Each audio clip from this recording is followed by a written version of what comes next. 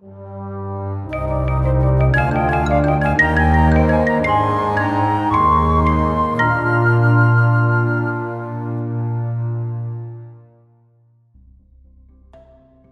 everyone and welcome back for another episode of Minecraft Bedrock Survival.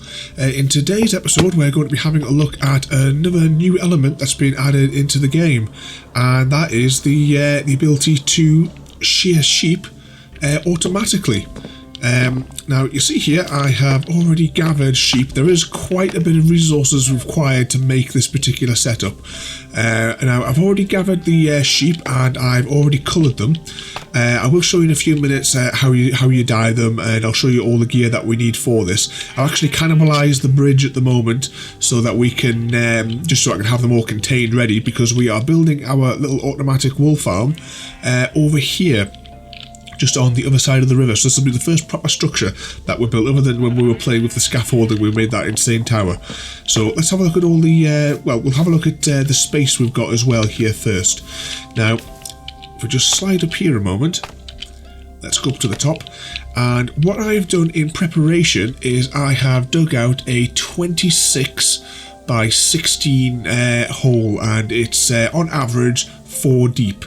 Now you could do this a little bit more efficiently. It depends on, like, for resources, but it depends on what you're wanting to build exactly, because I want to build mine where all the redstone's going to be hidden. So at the moment, you see, I've done some prep, I've laid the foundations, I've actually already installed all the hoppers that we need, because we're going to do this with a hopper clock, which is going to send out a signal every time 3 stacks moves through. I can't remember exactly what that actually equates to in time. And I have hooked it up to our super storage system. So the chests, the hoppers are already in place for that, and that takes it all the way through to our base where we can collect it all. So let's take a little bit of a closer look down here. Oop. See if we can fly. A little bit of lag there. You see here in the middle we have this big grid. Now this is 16 by 8, this area in the middle here, and this is what our hopper minecart is going to run along to collect everything. And you see here I've made this little trench here, and there are these 3 little cutouts here. Those are for redstone blocks. So those blocks are going to be just to power the rails, and it will go back and forth all the way up and down here until eventually it comes down here and unloads. And you'll see there are 16 different colours that we have to work with here. So there are 16 of these little raised up modules. Now what these are going to do is, obviously this line here runs all the way along the outside, is a redstone line. And what we have here is going to be a set of repeaters and redstone torches. And what these are going to do is they will receive a signal and they will invert as required in order to send a signal into the is it the dispenser or the dropper? I keep on getting the two of them mixed up. And that will then cause the sheep to be sheared. And this is not going to be a particularly pretty build as well, because there is a little bit of an issue with the wool when it is sheared, and to do that we're going to have to cap this entire place off. But anyway, I'll show you all the gear that we've got, because you need a fair bit of resources if you're going to do this, at least to the extremes that I am. So this purple box here contains all the primary resources that we need. So there'll be 1 chest to collect it in. Obviously for us that's not necessary, because it's going to go into our central storage. We have 7 hoppers. Same again, I've actually already installed those, and the hopper chains going into the base. We will need 27 repeaters. We will need 2 comparators for the redstone clock. You need half a stack of redstone torches. Basically you need a stack of redstone, 12 blocks. You need your hopper minecart, a button for testing, and it's dispensers. I always get dispensers and droppers mixed up, so it's 16 dispensers, 1 for every wool type. We have 3 stacks of cobble, which is for our hopper clock. We have basically 2 stacks of the powered rails. You don't necessarily need all powered rails. I'm just doing it all powered rails because we've got them. We also have just some regular rails for the corners, an observer for the hopper clocks, and again you've got the sticky pistons for the hopper clock, and then here we have the these are going to what's going to hold our sheep in. We have the grass blocks that are going to make up the ground. I have some podzol for decoration, and we have absolutely loads of glass because we're going to use glass to cap off everything to prevent the wool from being launched out to where we can't get it. Now in here, this is one of every wool, because each one of these stations I'm going to have a wool block just so we can see which one it is. And there is a dye as well for each wool. Then these dyes, I put them in here because we were going to use those to dye the sheep. I've already dyed the sheep, but this is just the example of all of those. So you can see all those there and the corresponding wool that goes with. And then we have some other blocks on the end here just for, this is going to be just to fill in the gaps. These are for the decorations, some spare glass. I'm using the polished diorite, which is going to be for the redstone lines. I know I used the andesite there because that's actually just what I picked up by random when I put the foundations in.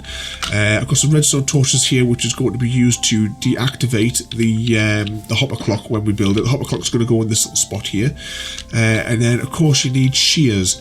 Now you could get away with 16 shears, just one for every single station, but because the dispenser holds where are they? They're dispensers, aren't they? Yeah, dispenser holds 9 shears. I have built up 9 shears for everyone, so I'm never really going to have to worry about this. So there is enough shears in here for everyone. So next, I'm going to just show you quickly before we build. I will show you the sheep, how to dye them, how to find them. So first of all, you're going to need wheat because you can use that to bring them. You can also use leads. I have 1 dye in my inventory, and we get quite a few. If I can fly, quite a few sheep spawning in this area. If I fly over here, let's see, typically I think I've taken too many. There is another sheep which spawned up here, if it's still here. Yep, there it is. So for the sheep, you can use this to lure them to where you need to be, and you use a dye. You just simply right click on them, and that's it, that's them coloured. So you would do that for each of them, and then every time that the shears goes, that will regrow, in this case purple again. So anyway, let's get down here and let's start building this first section. Okay, so first off we will lay out the collection system. So because the collection system is going to be covered up with grass blocks, so let's get those in there first. We'll take out the redstone as well. Should have really brought an axe with us as well, because we're going to need that shortly. I'll go back to the base and I'll get the missing tools. So let's start off with putting out our collection system. So as I said, I made these little nicks in here is so that we can lay out the redstone. And what we're going to do here, as you see as well, I've already put, this is where the collection system's going to be. These ones will remain unpowered, and what's going to happen is when the redstone goes around and shears everyone, we're going to have a couple of extra ticks of delay as we come down here, and then giving everything a chance to settle, and then the hopper minecart will get launched off there.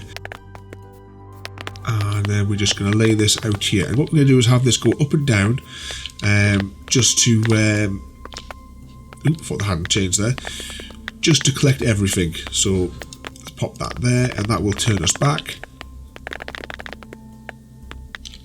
And we just complete this until we've got it all laid out.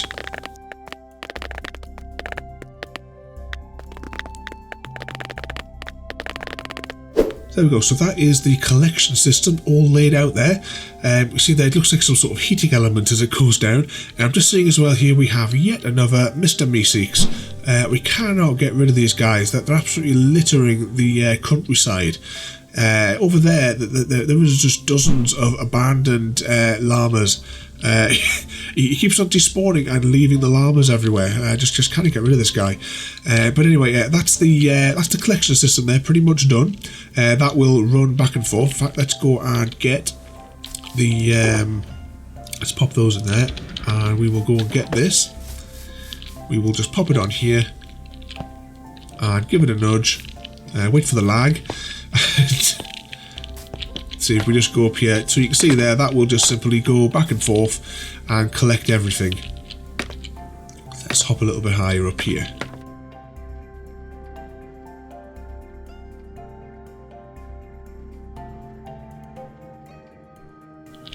And there you go, because those ones there are unpowered, it will land on here and everything gets unloaded, and then when this rail is powered, gravity will take over and it will fly through here and then go around for another loop. Okay, next we're going to put the surrounding redstone in place. So for that, let's just get that out of there. We'll gather up these Actually, we might as well build everything for the hopper clocks as well. Okay, so we've gathered up all the bits and bobs that we need for this next bit.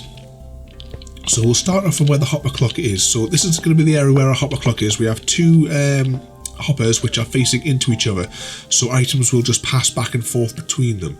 So for a hopper clock you need a six sort of long gap.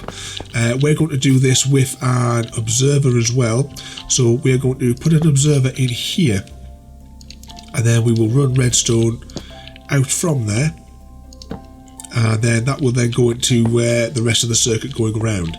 So let's build up the rest of the hopper clock here, and I'll tell you what, we will just put our cobble in here. So I have 3 stacks of cobble. We want then our 2 redstone comparators which come out of the 2 hoppers there, which will then send a charge into this block. We then want to put a dab of redstone on each of them, and then if we come in close we can just click on that hitbox and get a piston. And then we will get another one there. And I realised, well, I shouldn't have actually put the stuff in there, because we need now 1 block, which I forgot.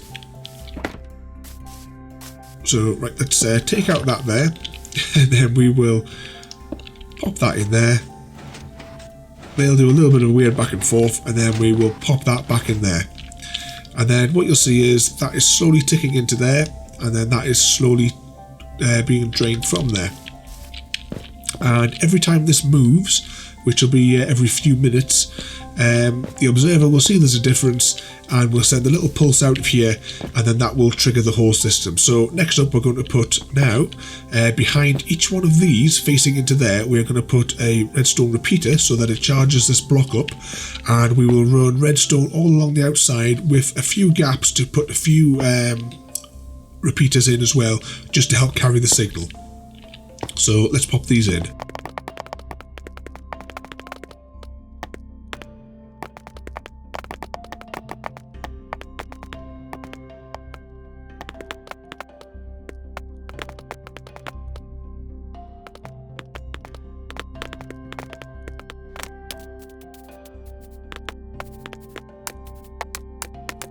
Okay, so that's the next set of components in. So what we'll do now is we will just wait for this timer to run out, and what will happen is a signal will be sent around here, and I put these ones here have the maximum delay just to give everything a chance to settle once everything's deployed. And there you go. You see the delay, and then the rail cart even gets launched away. So next we will build up the next layer, which is going to be the first set of the redstone torches. So all I want to do is, right, this is getting charged into this block here. So on each one of these that we've built up, we're just going to pop one of these in here. And there we go.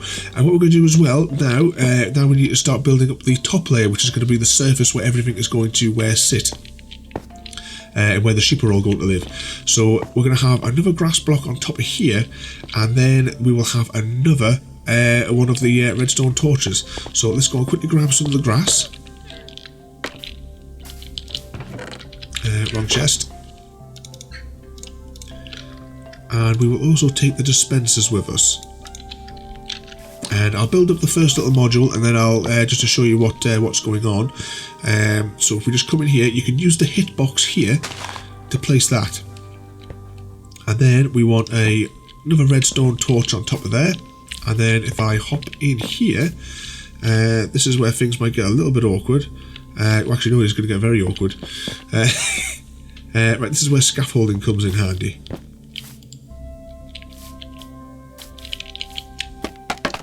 So let's just pop this in here. I will build up a little bit more of a bigger layer. This is just to give you a demo. So if I just come out here, and then there's the mile cart away again. If I come in here and we have our dispenser, and we want to place that on here. Now, typically, this is going to be a little bit awkward. I tell you what I'll do is I will pop a scaffolding block here, and now that one is away, there we go. So what will actually happen, we will take our button just to try and give a little demo of this. So what's going to happen is this will get, when the line gets charged, this will then charge this block, which will turn that off, which will unpower this block, which will allow this to turn on, which will then cause the shears in here to clip the sheep, which is going to be in this space here. And all that takes place in a little flash like that. So let's just gather up that button. There you see the cart is away again. Just give that a little bit of space. So what I'm going to do now is I'm going to build up the ground. We're going to put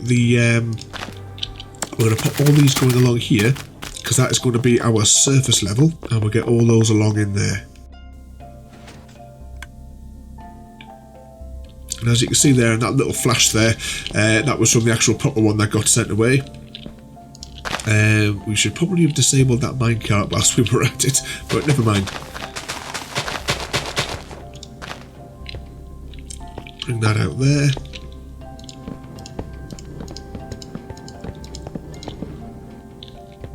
And there we go, and that is all of those torches used up. And now what I need to do is I need to put in the dispensers on top of each of these. That's going to be the awkward one, but I think we can probably get away with just using scaffolding like what we had there. So, because these are really easy just to get rid of when we're finished, let's pop a scaffolding block on top of each of them. You could use dirt or cobble, just whatever you've got lying around, just because dispensers, obviously you've got to have them facing in the correct direction, but this seems to be quite a nice method, and all we have to do is tidy up the scaffolding later on. So we'll just pop all those in there. Next we just want grass, because we now need a space for all of our sheep to live on. So we come in, make that little area there, and we're taking this to this block here in the middle, because this little track here in the middle is going to be where our console is going to live. So let's just quickly build up all of our ground level. Okay, now, so you can see here now we have ground level is all sorted. We're just going to quickly go up here and tidy up this little bit of mess, and then we are going to build up the actual cages or containers even to put the sheep in. Now I think we've got everything. Oh, look at these llamas. They keep appearing everywhere. Mr. Meeseeks just litters everywhere in this world. Okay, so let's hop out of here again. And next we will get all of our fencing gear. So I'm going to use the dark oak, and I'm going to use the birch as well, just to make a little bit of contrast. And what I'm going to do is I'm going to lay out the first module so you can see what each of these little booths are going to look like. So this is what they're going to be like. The sheep will stand in here. It will primarily have the grass here, but I think there is a probability that it will also have the grass here, which it uses to get another layer of wool ready to be cut. So I'll quickly go and I'll pop all of these in here. Okay, so that's all the little booths in place. Next up, I'm going to put a bit of wool on top of each of these just to signify which sheep is going to be in which one. And all I'm going to do is I'm going to come on here and I'm going to shift click and put each of these on top of here. Okay, so now I have what are going to be essentially little labels for each of the sheep that are going into each of the booths, just so that we have at least one of every sheep. So the next thing is we now need to get these sheep into here. So to do that, I'm going to have to cover up this area completely, or at least enough just to be able to get in, because I'm going to put some extra controls in here, but probably do that a little bit later because there's a little bit of weird redstone that I'm going to be putting in around the place. So in one of these chests I have, yep, here it is, a whole load of grass blocks.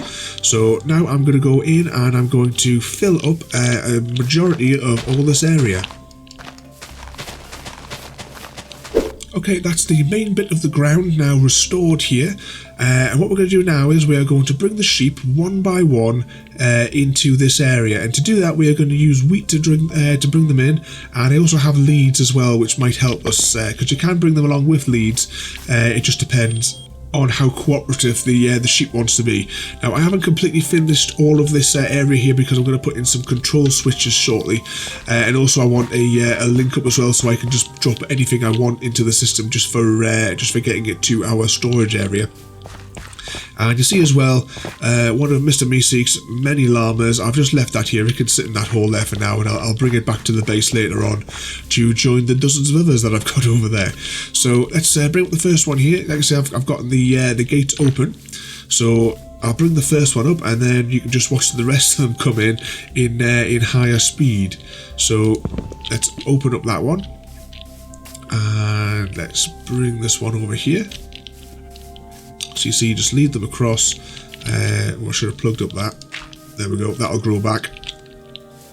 Takes a moment sometimes for it to get its attention. There we go. So let's bring this guy in here. I've also deactivated the redstone underneath just for the moment. I should have maybe brought some scaffolding. Have I got any scaffolding handy? Yes, I do. Because I'm going to need just to get on top of here momentarily, just to try and lure this guy in. Nope, you're not going in that one. Go a little bit further back. There we go. After much effort, we finally got the first one in. Right, let's have I still got that button in my inventory? Right, I will show you here an example of why we're going to cap everything off. Well, hopefully anyway, I'll be able to show you an example of why. So just pop a switch there for testing, and if I jump up and down, oh, of course you'll not be able to see them shit because we haven't put any shears in. Oh. Right, let's quickly put some shears in that one there. There we go. I put unbreaking on each of these because I've got a villager handy that I can get unbreaking books from.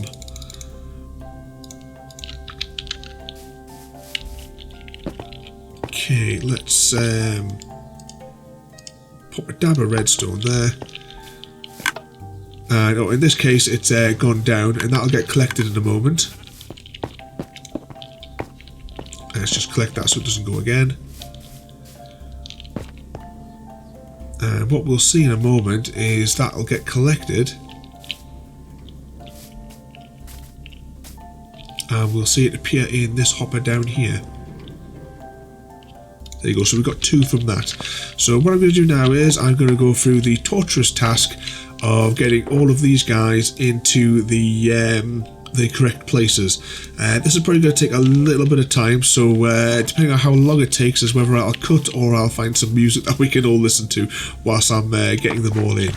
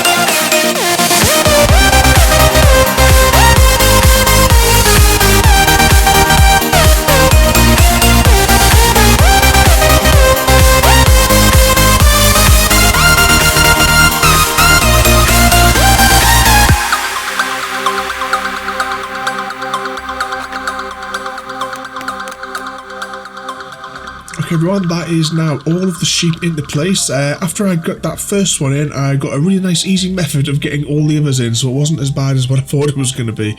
And I've also loaded up all of the shears.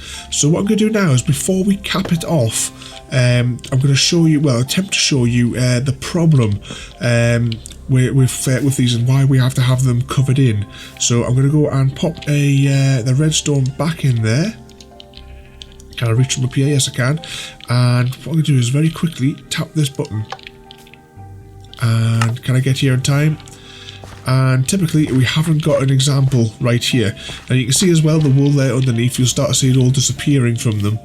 I was hoping that in that we would have a bit of wool that was going to fly out, because when I set this up in a redstone testing world, the wool had a tendency to fly up out of the little pen here and land in the middle or land in the fence.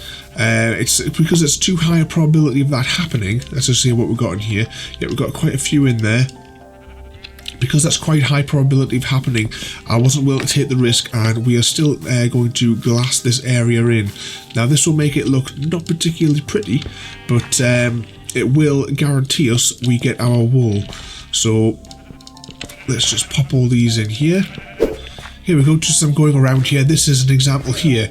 So you can see here, this particular one here has popped out and it's gone on top. Now this is a bit of a pain to do, because trying to get all of these in place is difficult, because obviously the sheep are moving around.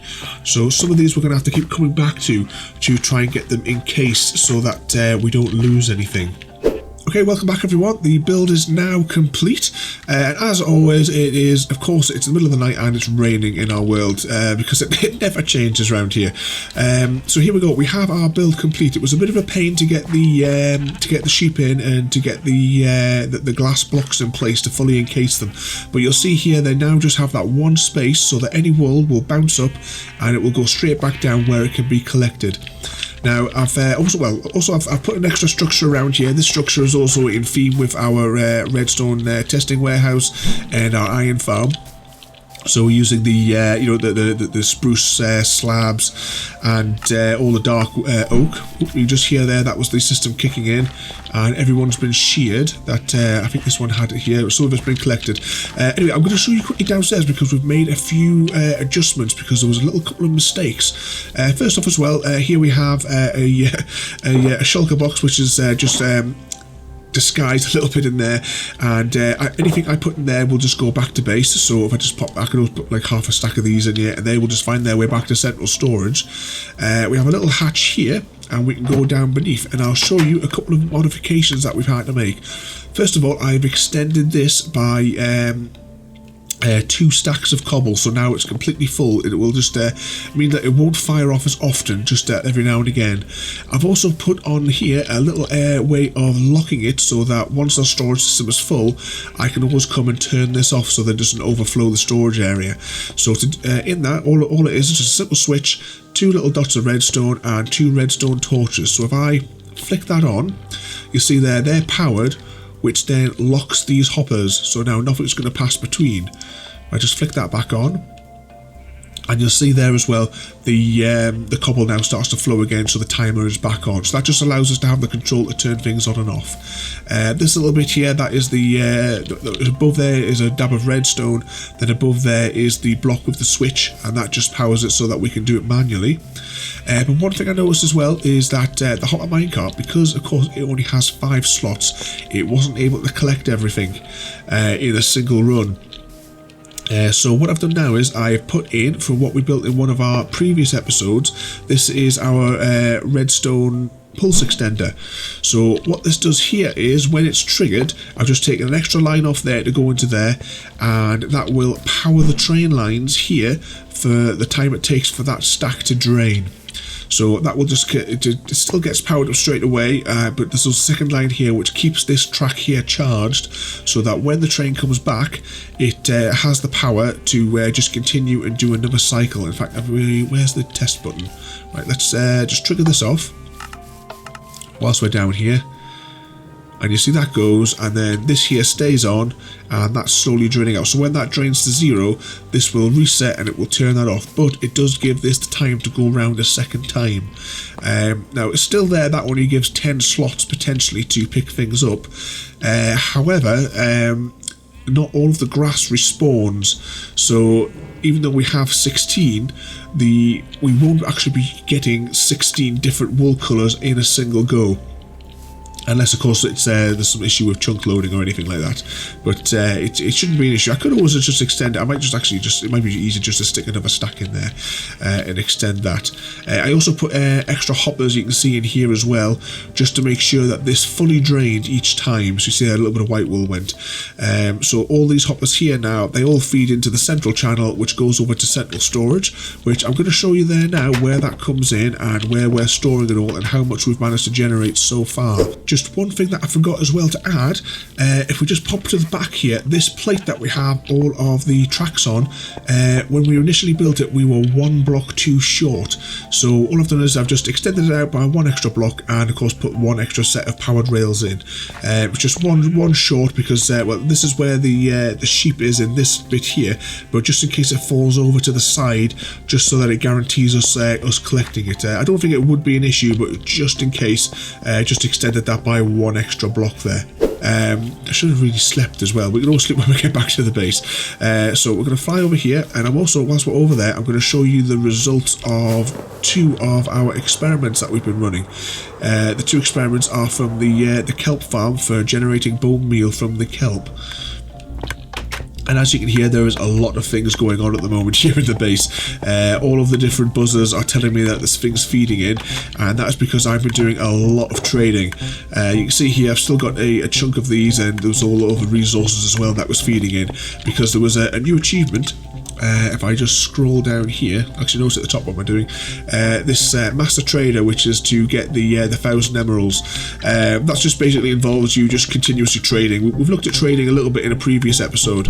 I did do a little recording of it because there was actually some hilarious things that happened during that episode where the villagers basically exploded into the new house that I sectioned off for them.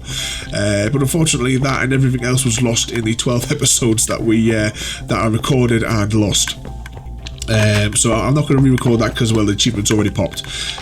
So anyway, let's hop through here and I'll quickly show you the results of one of the other experiments. But in here, this is obviously where the composters are connected up to the kelp farm and the super smelter. This line here is where things come from the wool farm. So they just come in here because this is the closest access. So they just come in here and they join the resources that flow through here from the composters. So here is the waterfall method where it breaks up in between 8, and this is the single method where all of the kelp just flows through 1, and then of course that all backs up onto the super smelter, which then takes it into central storage. So let's hop down now and we will go into the storage system. Oop. Almost fell.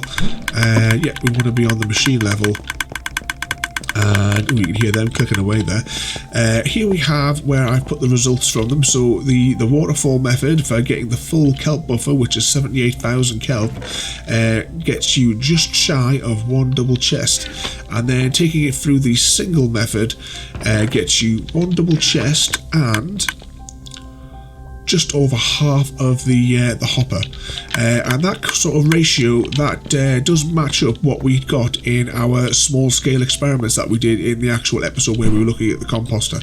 So yeah, I will do another set of experiments because we need the I want the 1 hour results for each of them. I think there is there is some in here. I don't actually know how long that's from because that was just I put some stuff through and just whilst I was working on some other projects and building some other things. But anyway, let's go up to where the wool is stored and we'll see how much we've managed to amass so far.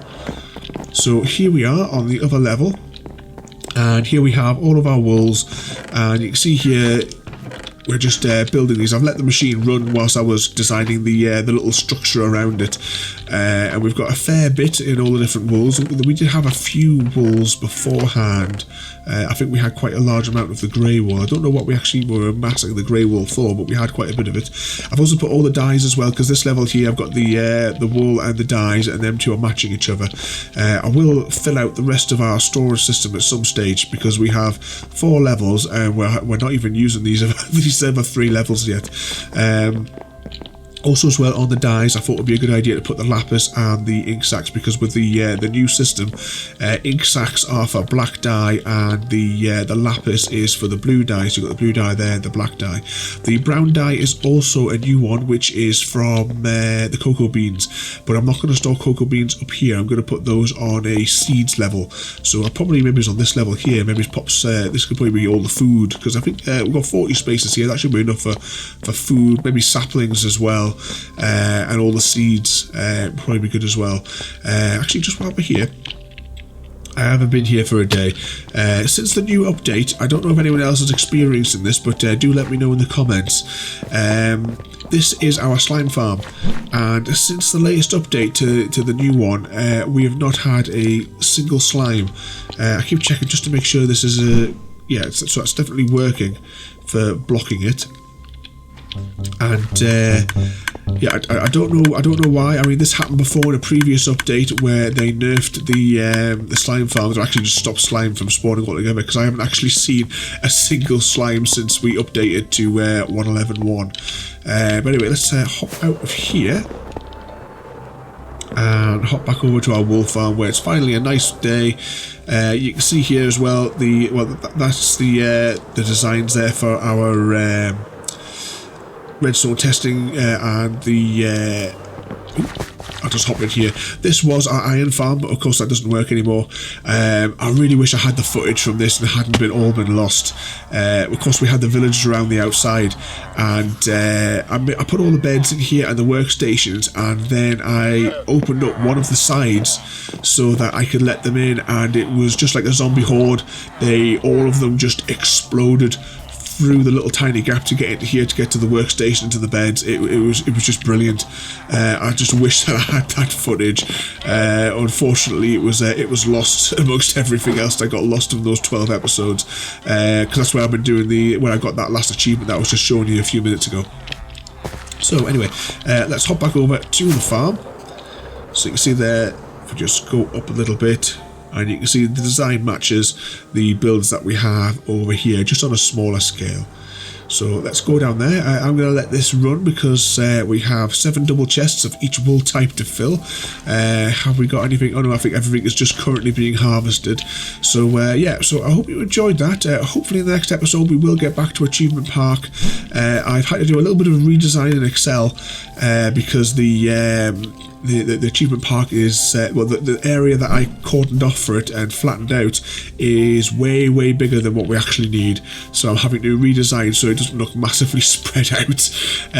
But we'll get back to that hopefully in the next episode, because I'm just trying to do a little bit of a recap at the moment on some of the episodes that I lost, because I tend to record multiple episodes at once, and then just over the course of a couple of weeks, just one at a time, edit them and then get them uploaded. But today I've just done this episode. There's just a one-off for today. But I'll hopefully get back to a proper schedule next week. So fingers crossed, and we can get back to Achievement Park, because I really want to get that live, because I want to get that up into a realm, and I really want people to be able to join the world and go to Achievement Park and be able to get every single achievement in Minecraft all in one place. So there we go, something to look forward to. So don't forget to rate, comment, favourite and subscribe, and I'll see you all next time.